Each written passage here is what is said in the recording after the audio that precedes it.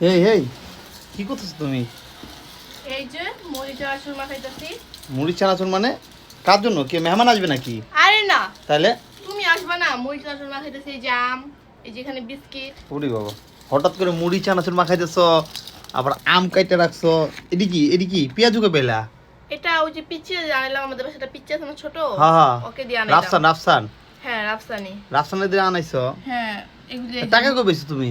আমার দাদি বাড়িতে গেছিলাম না ওই যে সেদিন, হ্যাঁ ওর দাদি আমাকে 20 টাকা দিছিল। ওই যে একদিনকে তোমার ঝালমুড়ি খাওয়াইলাম 10 টাকা হ্যাঁ, বাইরে, হ্যাঁ। আর 10 টাকা ছিল, এই যে এখানে এই করলাম। আচ্ছা দুইটা আনলাম 5 টাকা করে তো, হ্যাঁ, তো এগুলা ইয়েতে দিব, মুড়িতে দিব। মুড়ি চানাচুর নাকি? হ্যাঁ এই যে মুড়ি, হঠাৎ এখানেও করে আছে মুড়ি চানাচুর এগুলা চানাচুর, হঠাৎ করে বিস্কিট, মানে আম, কি এগুলো মনে করে? সব তোমার জন্য। কি মনে করে আল্লাহ? আমার আমি জন্য তোমার মানে বউ তুমি লাগি। এত সুন্দর, এত ভালোবাসা আমার কপালে তো জুটে না। নিশ্চয় কোনো কাহিনী আছে, কি সমস্যা বলো তো? কোথায় কি সমস্যা? কোনো কিছু চাও নাকি আমার থেকে? কোথায় কি চাই? গাইস গাইস কি বলবো আপনাদেরকে, আমি তো অবাক হয়ে গেছি। এই যে দেখো তোমার জন্য কত সুন্দর মাগরিবের নামাজটা পড়ে আসলাম, মাগরিবের নামাজ পড়ে আসলাম, ঘরে ঢুকলাম। হ্যাঁ, ঘরে ঢুকিয়া দেখি আমার বউ আমার জন্য এত কিছু। আসলে আমি নিজে আই এম অবাক, মানে আমি অবাক হয়ে গেছি গা, যে ও আমার জন্য এত কিছু, মানে কি মনে করে আজকে মুড়ি চানাচুর করে। আমি সাজছি, তুমি দেখছো? হ্যাঁ, তোমাকে মাশাআল্লাহ অনেক সুন্দর লাগছে। কথা হলো কি, যেগুলা কি দরকার ছিল এত কষ্ট করে বানানো? তুমি পুরি নিয়ে আসতাম, পুরি খাইতা। না, পুরি খেলে গ্যাস্ট্রিক হবে। তো এই পেঁয়াজু কি গ্যাস্ট্রিক হইব না? আর এগুলো তো পুরি তো আনলে তুমি 5-6টা আনতে, আর এগুলো তো 2টা পুরি, মানে পেঁয়াজু বুঝো না, আচ্ছা, 2টা দিলে আচ্ছা। সমস্যা হবে না। তো আর এগুলো এতগুলো তো- মুড়ি মাখাইতেছো, কি খাইবা? রাতে ভাত খাইবা না? আরে এখন তো বাজে মাত্র 6টা, আমরা তো ভাত খামু 9টা 10টা 12টার পরে।